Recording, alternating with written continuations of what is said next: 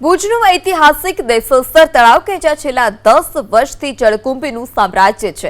જળકુંભી દૂર કરવા માટે કરોડો રૂપિયા વેડફાય છે, પરંતુ સ્થિતિ જેમની તેમ। ચોમાસામાં આ તળાવ ભરાય ત્યારે પાલિકાના હોદ્દેદારો વાંચતે ગાજતે પાણીના વધામણા તો કરે છે, પણ ત્યાર પછી તળાવની સામે કોઈ જોતું પણ નથી।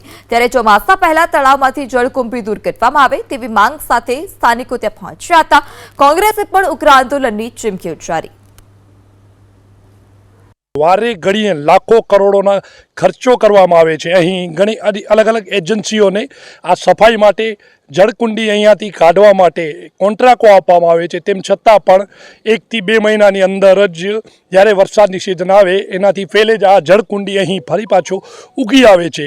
આનું એક જ કારણ છે અહીં મેનેજમેન્ટ, જેને કહેવાય સફાઈનું।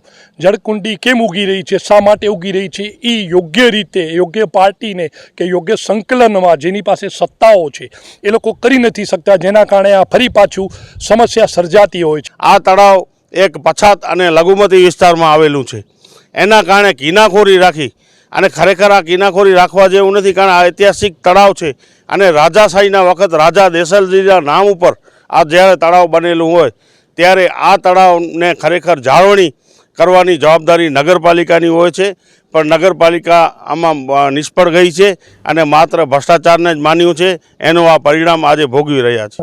આ વખતે જળકુંભી તળાવમાં જે આ તકલીફ છે એ ઘણા સમયથી છે। વારંવાર પ્રયાસો છતાં પણ કોઈ નક્કર પરિણામ નથી મળ્યું, પણ આ વખતે ચોમાસા પહેલાં એનો કાયમી ઉકેલ લાવવા માટે આપણે પ્રયાસો કરી રહ્યા છીએ। એના ભાગરૂપે જરૂરી RCM જોડેથી જે પણ મદદ જોઈએ છે એના માટેનો લેટર લખ્યો છે। મદદ આવી જતાં એક આયોજન કરી અને ફરીથી જળકુંભી આ તળાવમાં ન આવે એ માટેનું આયોજન કરી રહ્યા છીએ।